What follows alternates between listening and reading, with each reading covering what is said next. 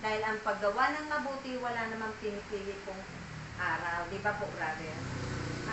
Lahat ng oras dapat lahat mabuti ang ating ginagawa. Para nang sa ganun, maparangalan natin. Walang batas o paggawa ng mabuti. Opo, wala naman pong batas na sinusunod tayo. Kahit sa batas ng tao, wala po yun. Di ba po? O di, ang maganda, gumawa tayo lagi ng mabuti. Dahil kapag gumagawa tayo ng mabuti, nandoon yung ating Panginoon. Naroon yung ating Panginoon. Dahil kung masama, ay sa kalaban yun. Di ba po? O, ano ba ang gusto natin? Yung maparusahan tayo? Yung kung biyaya ang gusto natin. Siyempre, biyaya at grasya ang ibig natin. Kaya sabi nga dito, yung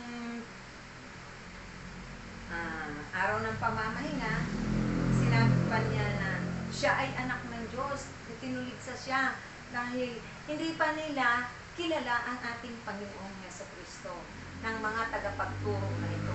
Akala nila sila na yung dalubhasa dahil nagpapatawag pa nga silang mga guro, di ba? Kaya akala nila sila yun.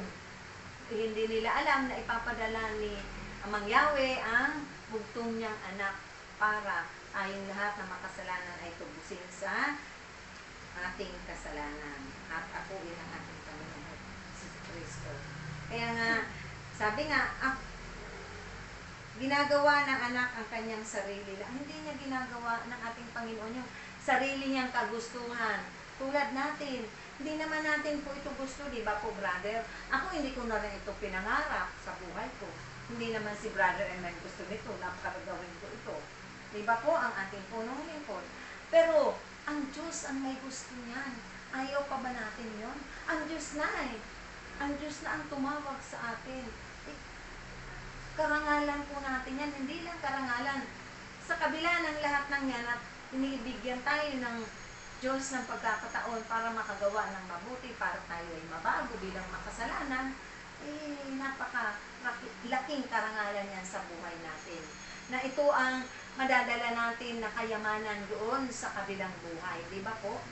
Kasi ito yung magiging daan para tayo ay makapag-impok ng kayamanan sa kalangitan. Amen?